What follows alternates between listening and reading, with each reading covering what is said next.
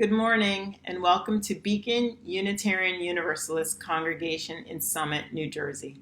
My name is Mia Morse and I'm your worship associate today. So whether you're calling in, Zooming in, Facebooking in, or YouTubing in, we want you to know how very happy we are that you've chosen to spend this time with us. We know that there are so many other things you could be doing with the demands on our time these days. But yet here we are, and for that, we are forever grateful. So thank you. I just wanted to share with you two quick reflections that I've been having over the past few weeks. The first is our U principle, number 7, the interconnected web of life. And the second is biblical scripture, Luke 12:48, which simply states, "For whom much is given, much is expected or demanded." Being here for almost a decade as a member at Beacon, I've met such incredible people that have changed my life. I've met ministers and our staff and friends, lifelong friends, and my partner. All of these people have transformed my life, my daughter's life, and my extended family's life. And we are just so very thankful. The second part of that is, and that what I realize is that this gift is a tremendous gift and one that I need to give back in whichever way I possibly can. So for that, I have been heavily impacted and blessed, and I need to give back. So over the past few weeks, what I've been doing, remotely of course, is I have been giving to organizations I've never heard of, speaking up for those of the people that have been marginalized, and reaching out to people and loved ones that I may not have spoken to for a very long time. These are all the things that our faith teaches us, to be kind, thoughtful human beings. And that's what I've learned here at Beacon. Through the various people that I've met who have shown me their love, during trying times and happy times, I always know they are there for me. I hope that you are able to find that here at Beacon, or your faith home, or just through friends here or our ministers. It really is quite a journey of a lifetime, and I am very, very grateful. I hope you enjoy the rest of our service, and I look forward to seeing you here when we can meet in person. Thank you. Good morning. We're Valerie, John, Anna, and Morgan. We are celebrating Morgan this year and her graduation from high school. This morning we light our chalice, the symbol of our Unitarian Universalist faith, with these words. We light this chalice for the light of truth and reality, the warmth of love and compassion, and the fire of commitment and promise. We light this symbol of our faith as we gather together. I want to begin today by talking directly to our kids at Beacon. There's a lot going on between the news and the last few weeks of school. Some of us might be feeling sad that we still can't see our friends and that we can't be with them in the same way we used to if we have to wear masks and sit far apart. Some of us might be mad that we can't start our team sports even with the weather so nice. Some of us might be angry, upset, and afraid, and noticing that our grown-ups are also angry and upset and afraid. Sometimes when we feel our emotions, sadness or anger or upset, we feel them in our bodies. We might have leg pain or a headache, or they might come out as words or screams. We want you to know that this is okay. The grown-ups in your family are ready to listen, and so are we here at Beacon. Don't be afraid to speak your truth. Many of us are feeling the same things. So what can you do when you are feeling these things? You can come to our 1 o'clock or 4:30 p.m. calls where we meet with other people your age, and you will quickly notice that others are experiencing the same thing. So it helps to share and to notice that we are not alone. Others are also experiencing the anger and fear and upset that you might be feeling as well. Other than talking to grown-ups or kids your own age, it sometimes helps to notice beautiful things around you. So when you're out for a walk, maybe you can notice a beautiful sunset, or you look up at the sky and you notice the clouds. And then when you come back home, maybe you can light a candle, make a wish for the future, and name the thing that you were feeling as well as the beautiful thing that you noticed. Those two things, the anger, the upset, the sadness, or whatever you might be feeling, and the beautiful thing that you noticed can exist at the same time. In a few moments, you're going to hear one of our Beacon kids, Tom, tell the story of Flower Communion. It's a beautiful story about change and hope that took place during a difficult time in our history. As you listen to it, think about how the people changed their behaviors. Most of all, we want you to know that you are loved. We love you. We are here for you. Tell us what you are feeling. Let's listen to the story. Hi, my name is Tom. I am a rising 6th grader, and I'd like to tell you a story. A long time ago, almost 100 years ago, in 1923, there was a minister named Norbert Chopek. He worked at a congregation in Prague, in Czechoslovakia. He started to notice a trend that disturbed him. Sunday after Sunday, the people would gather for worship, but as soon as it was over, they would leave. The building they gathered in was plain and not very bright. No one took the time to connect with one another or build relationships. Chopek decided to find a ritual to demonstrate his concern and to change it. The next Sunday, he asked all the people in the church to bring a flower or a budding branch or even a twig. Each person was to bring one. What kind, they asked. What color? What size? You choose, he said. Each of you choose what you like. And so, on the next Sunday, the people came with flowers of all different colors and sizes and kinds.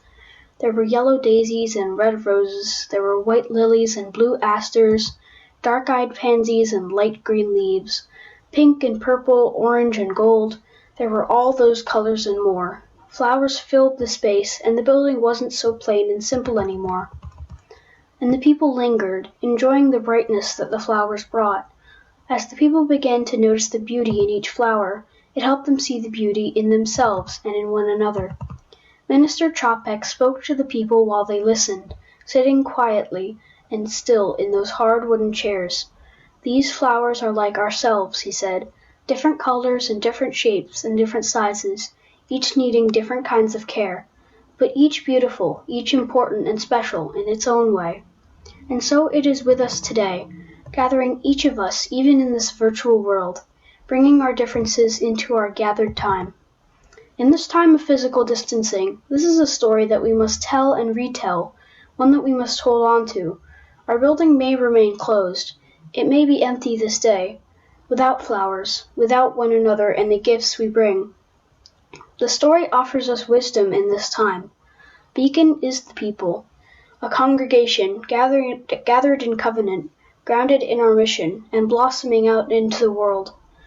That has and always will be true. Let us keep that vision before us. I want to give thanks to Tom and to Will for crafting that story for us. I love that story from Norbert Chopek. Part of our Flower Communion service at Beacon is recognizing the fullness of our congregation.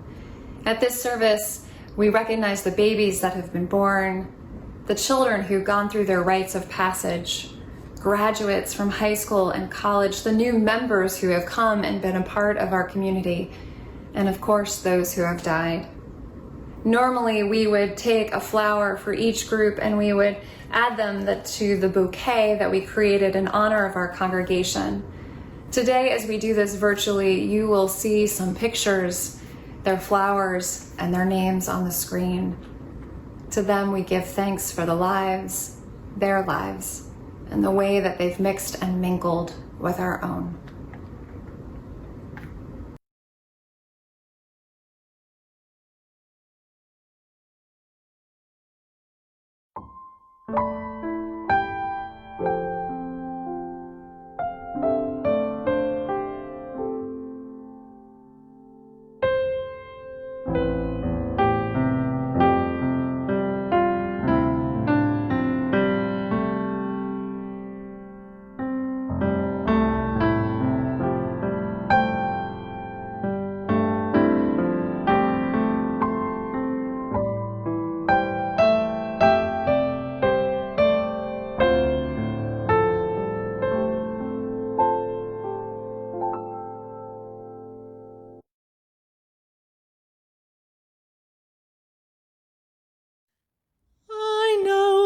this rose will open. I know my fear will burn away. I know my soul will unfurl its wings. I know this rose will open.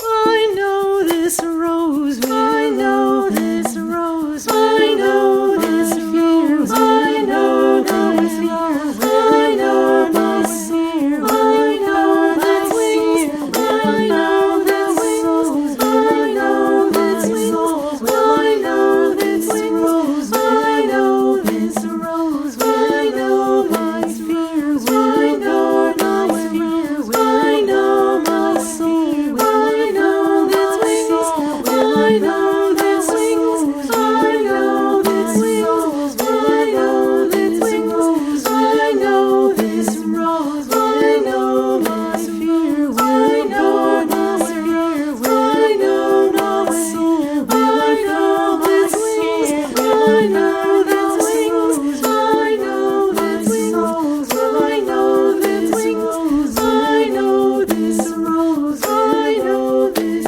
rose I know this rose will open. This rose I know this rose will open.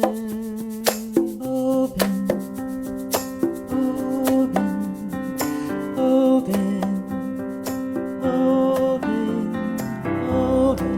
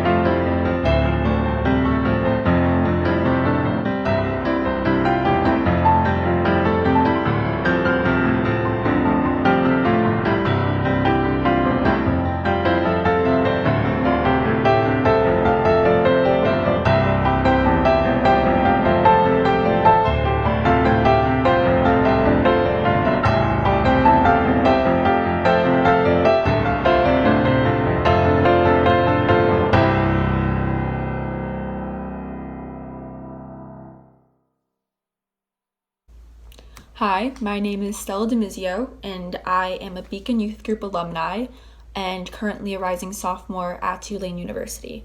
Today, I just wanted to share my experiences with our partner church program that we have with Bouquet, Transylvania, and just explain how important it is to not only our congregation and Unitarian Universalism, but also in developing super meaningful relationships with a group of people from a very different part of the world. Whenever I talk to my friends who aren't from Beacon and I mention having this partnership with Transylvania, Romania, they always look at me funny and I get the question, is that really a place? Yes, Transylvania is really a place, and I've been fortunate enough to be involved with multiple visits in which the Transylvanians have come to Summit, and I've also been to Bouquet as well. This summer, after my sophomore year of high school, my mom asked the rest of the family how we would feel about hosting a Transylvanian youth for 2 weeks during the summer, while there was a group who was coming to Summit from Bouquet. We agreed, and a girl who was a little older than me came to stay with us for the 2 weeks. And at first, she was pretty quiet. The conversations that we had were filled with crazy hand gestures and just wild motionings that may or may not have improved the comprehensibility of the dialogue. But soon enough, she quickly felt like a part of our home, and we swept her into all of our daily activities, family meals, Just Dance competitions on the Xbox, and trips to the Great Swamp of New Jersey. So over the course of those 2 weeks, I really got to know our guest, Agata.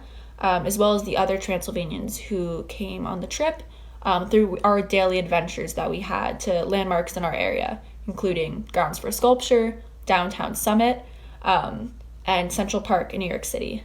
So along the way, I was able to talk to both the youth on the trip and the adults about differences in our lives, and whether it was the educational system, our favorite types of music, or just how Unitarian Universalism in Summit felt very different from Unitarianism in Transylvania.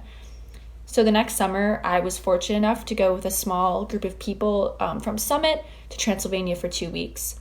And after a year of keeping in touch with all of my Transylvanian friends, there was a lot of hugs going around as we were reunited with last year's visitors. And during that visit, the Summit group and I were treated with the utmost respect and hospitality. It felt like a privilege to be housed and toured around the region by these host families. To illustrate the hospitality of my host family, I have a little story. One night, some of the older teenagers from Bouquet had shown me around some of their favorite places in the area.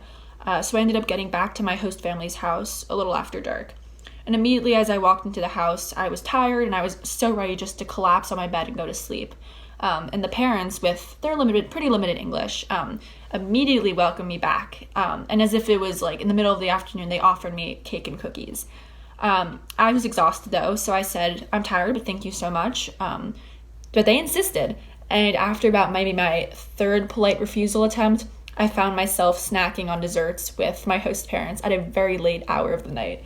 And while some may say that it was the language barrier that led them to not take no for an answer, I don't think it was, because my host family and the rest of the community were always giving. No matter how much that their family needed the food and resources and how little they had, they were so generously providing everything they had to their Summit guests. For them, it was a privilege to host us, and in turn, it was a privilege to be their guests. So it was during this trip that the term church partnership didn't feel complete in describing the relationship between Beacon and Bouquet. When the two groups were together, it was a celebration of our shared faith, despite our cultural differences in the way that we practiced religion. The partnership is a celebration of friendships that span continents. It's a celebration of youth groups who are an ocean apart. Watching as your friends head off to Hungarian and Romanian universities and tackle engineering, medicine, and ministry is incredible, especially as you were growing at the same time and you're finishing up high school, heading off to college, and some grad school. The relationships that you build aren't just for a summer. The girl that my family first hosted, she showed me around Bouquet and later welcomed me to her neighborhood. And then last summer, when a Bouquet group came to Summit, we hosted her younger brother. So through the years, I have been welcomed by my very own Transylvanian family and have learned about a culture with similar religious roots to our Unitarian Universalism. Therefore, as someone who learned and built so many friendships through this partnership, I urge you all to get involved. From youth to adults, there is so much to learn about our faith through this relationship with Bouquet. And this is such a lovely community and made me feel at home even 5 years later. Thank you. Isten lelke, jöjj el hozzánk, áld meg szívünk, minden őszinte nagy álmát, jöjj a széllel a tengerben, vezesd lelkünk az örök igazság útján, szárnyakat kapsz, szabad leszel, Isten lelke, jöjj hozzánk, jöjj hozzánk.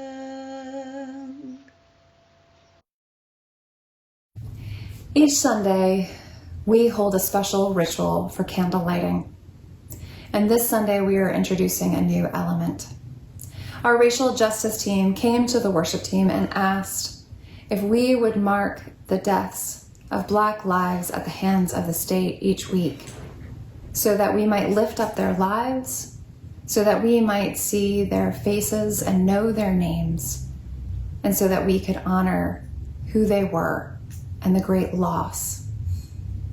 And so today I light candles, and I invite you to do the same. You will see their images afterwards. And we invite you on Sunday, June 14th, to take part in a memorial drive at 4:30 in the afternoon. There will be more information coming to you. And so today, we light candles.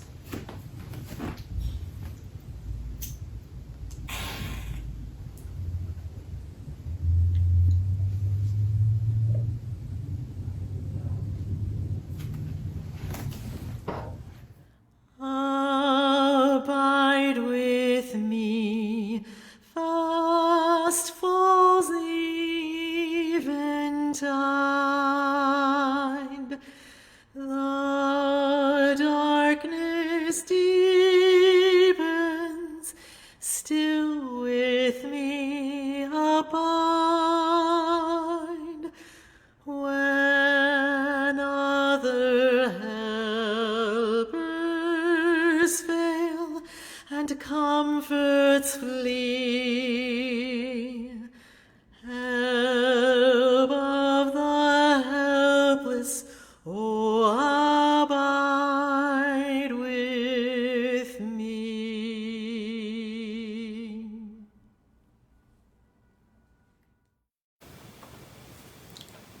I invite you, as you hold those images of so many beloved siblings,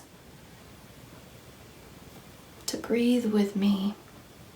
Breathe with me even as breath has been thefted, stolen from those named, and tens of thousands, 700 people a day dying from poverty, hundreds of thousands of unnamed. Breathe with me, knowing that this breath is the breath of the ancestors. Knowing, beloved, that in your body now stirs their dreams, their urgings, their courage, their strength. And that this breath is the breath of all life that will ever be. And so in the vessel of our body, time is no longer linear, but past meets future in the potential of this moment. And so as we breathe this day, I invite you on each out-breath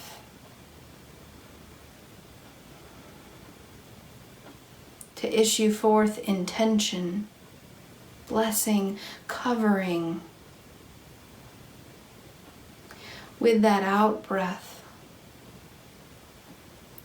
we offer prayers of safety, of sustenance, for all of the youth, all of the young people, all of the protesters witnessing, working toward the world that can be. On that out-breath, we issue blessing and declaration for the thresholds yet being journeyed, unions of beloveds falling in love, falling out of love,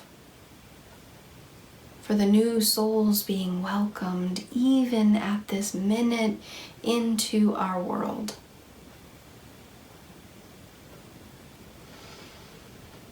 On that out-breath, we hold to the lament and mourning of families whose cherished one will not draw in one more breath.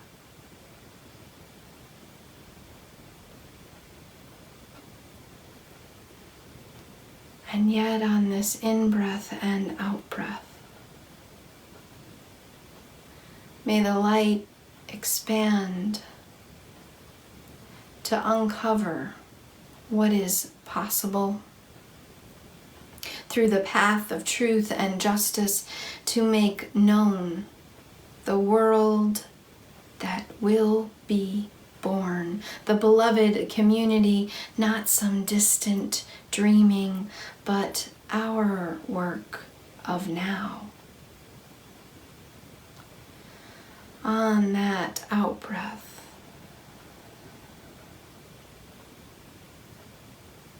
we move in to our future.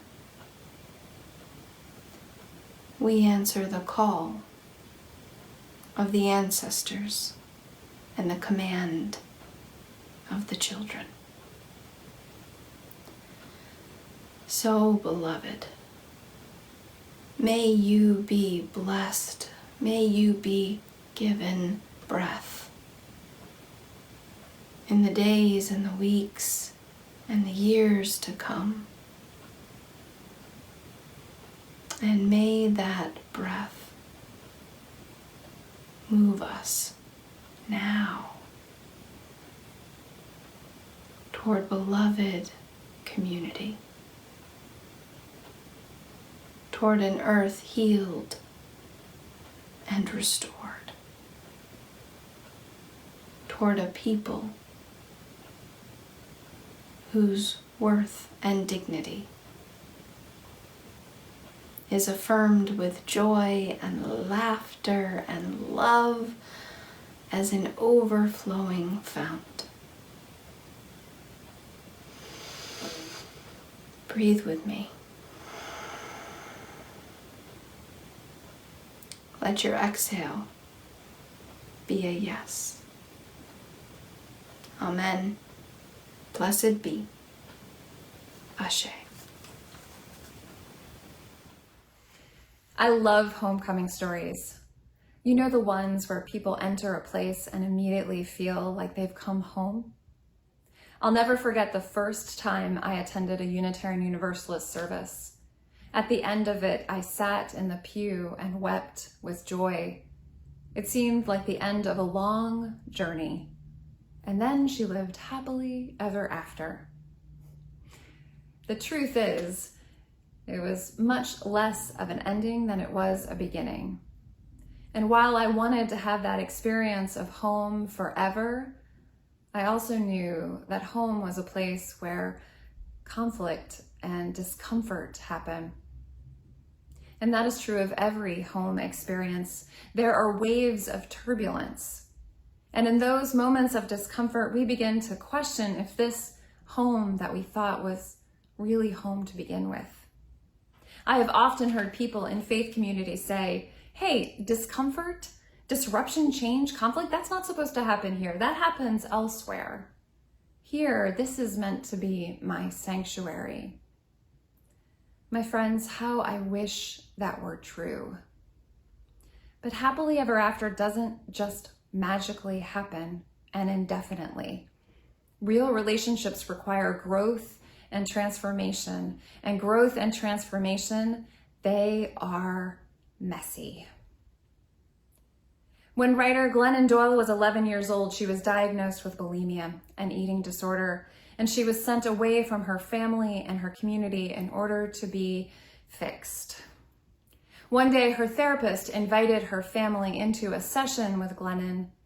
The conflict started when the therapist turned to her father and asked, "Can you imagine how you might, even inadvertently, contribute to Glennon's illness?"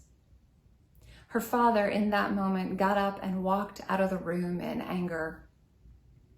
Now, Glennon's father was a good dad, yet he could not let go of his identity around being good, even though it was his responsibility as a good father to join his daughter in excavating the ideas around food and control in bodies that had made her sick.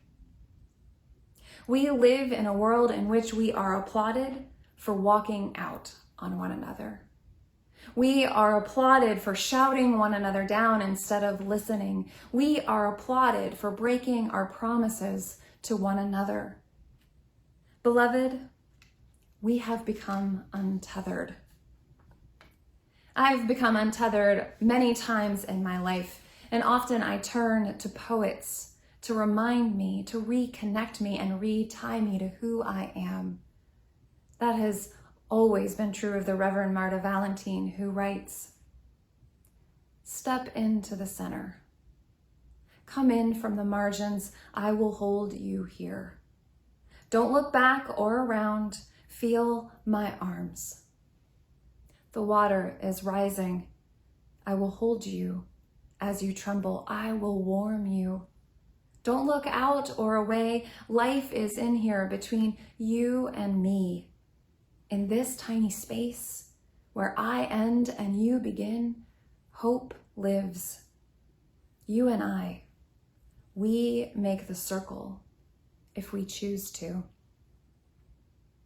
Come, step in. I am waiting for you."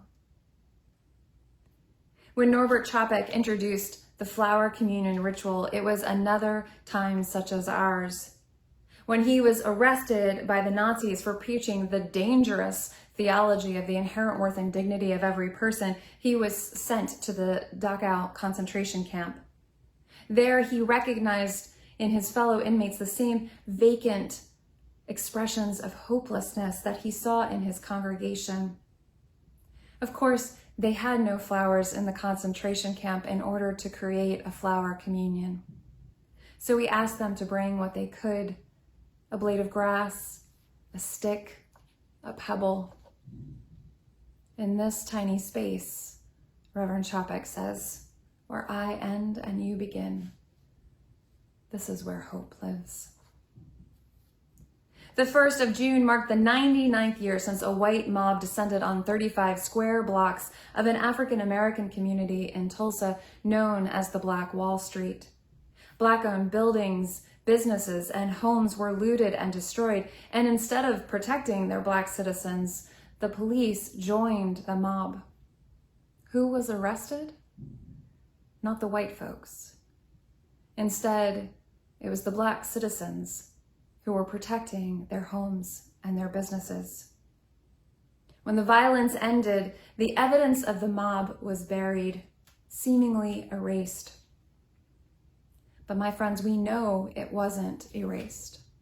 We know that because we carry the violence and the trauma born in our nation's founding. We carry it in our bodies to this day, as Reverend Robin so eloquently reminded us last week. We carry it in our Black bodies, in our Indigenous bodies, in our bodies of so many colors, and yes, in white bodies. And it is that trauma, it is that violence that our president uses to divide our power, a power that he seeks to wield. It's what he is using to disrupt our nation's healing in this time and to further isolate us. The water is rising, beloved, and we can drown in our despair. The ritual act of flower communion calls us out of that fear. It calls us out of our despair. Reverend Valentine calls us back to our promises, the promises that we have made to one another. She says, you and I, we make a circle if we choose to. Glennon Doyle thought that her bulimia was a sign of her personal brokenness. She has since learned that instead she was a canary in the coal mine. Her sickness was a symptom of a culture that tried to convince her that female bodies were worth less than male bodies. The toxin of misogyny was in the very air that she breathed. It's in the very air that we breathe. And we keep breathing these toxins, and we keep learning about more toxins in our system. Think about Brian Stevenson's Just Mercy on mass incarceration and capital punishment. Did you watch the movie this weekend on Netflix? Think about the Boston Globe's reporting seen in the film Spotlight on child molestation at the hands of Catholic priests. Consider the environmental pollution captured in the film Dark Waters. Beloved, racism and white supremacy culture, they are toxins that are filtered through the air we breathe. Yet many of us, we don't hear it that way, especially we white folks. So for a minute, as a white person, I would like to speak to you white folks out there. Because so often we only hear racism and white supremacy culture as a personal moral failing. But my friends, being called a racist is not the worst thing. The worst thing, as Glennon Doyle reminded me this week, is privately hiding my racism in order to stay safe and liked and comfortable, while others, our siblings of color, suffer and die. Beloved, too often I am just like Glennon Doyle's father, too tied to being seen as being good. And I fall into the trap of trying to do and say the right thing instead of transforming, but I am called to more. Glennon's father learned to stay in the room. After the Charleston massacre, her parents' rural Virginia church gathered to say, what are we going to do about this? And a group decided to send care packages, but Glennon's father said, care packages? He stood up and said, I can't send care packages. I have been taught in my mind and in my heart lies about Black folks, lies about white folks. And those lies are deadly, and I have to get them out. He was being called to transform. White folks, we need to focus on our transformation, because our transformation might have stopped the murder of George Floyd and Breonna Taylor, of Tony McDade and Manuel Ellis. Glennon Doyle says, in America, there are not two kinds of people, racist and non-racist. There are three kinds. Those poisoned by racism and actively choosing to spread it. Those poisoned by racism and actively trying to detox.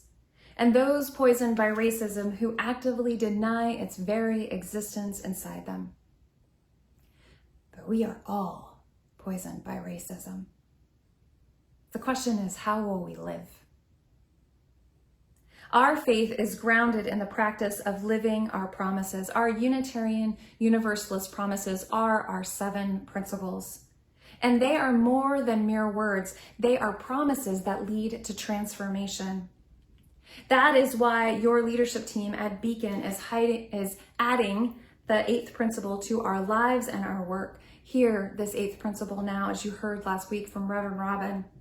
We affirm and promote journeying towards spiritual wholeness by working to build a diverse, multicultural, beloved community by our actions that accountably dismantle racism and other oppressions in ourselves and in our institutions.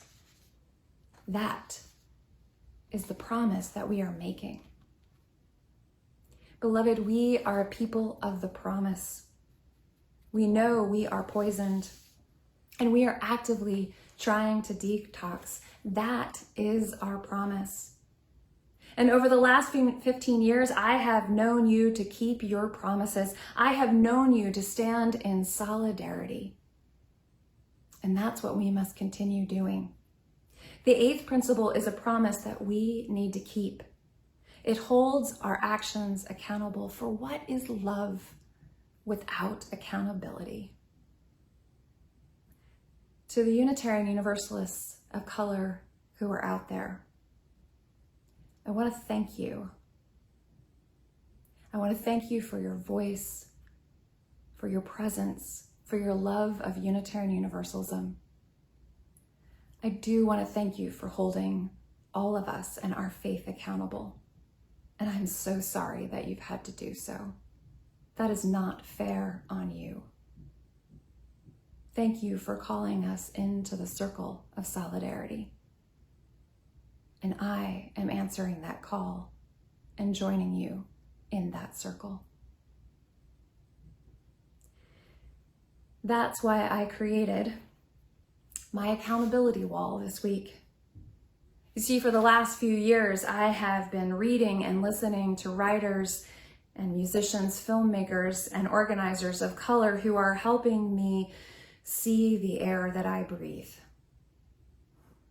They are holding me accountable to staying woke. On Tuesday, I woke up just where you're sitting is my bed, and I woke up and looked at this blank wall. And I knew in that moment that I had to externalize the accountability that was inside me, all of the readings that I had done. I needed to put my teachers up on the wall, and so I did. I needed to see them when I woke up, and I needed to see them before I slept. I needed to make a promise to them at the beginning of the day and at the end of the day to step into the circle of solidarity. And so here are a few of them, and I will just keep adding to this wall. Beloved, we are each called by one another, called by that which we call sacred, into the circle of solidarity. It is the choice that we make to bring our imperfect offering, a blade of grass, a stick, a pebble, because that's where life lives. That's where hope lives. And that is our true homecoming. It will not be easy. It will be messy. It's gonna hurt like hell. But that is what we are called to do. May it be so. Blessed be, Ashe, and Amen.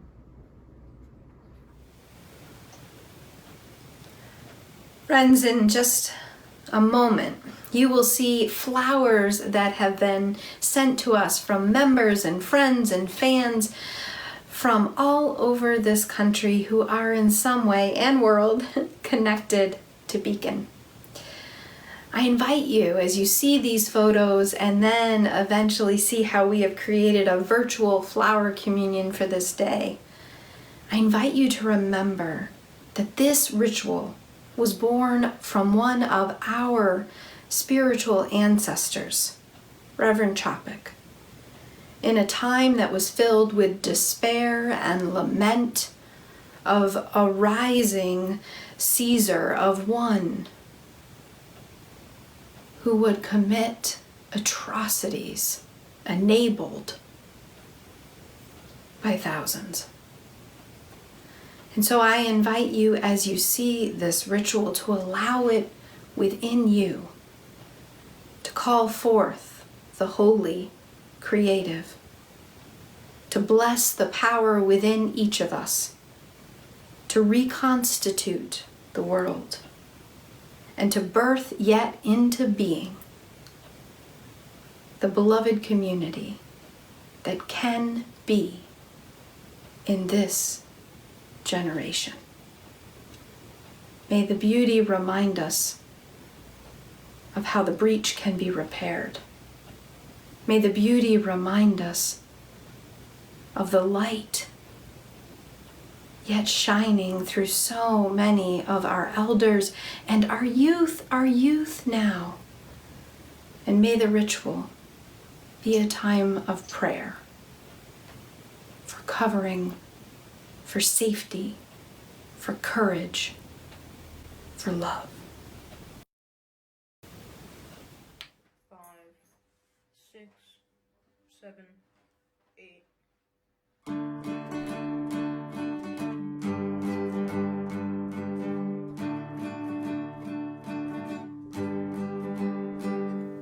Though below me I feel no motion, standing on these mountains and plains, far away from the rolling ocean, still my dry land heart can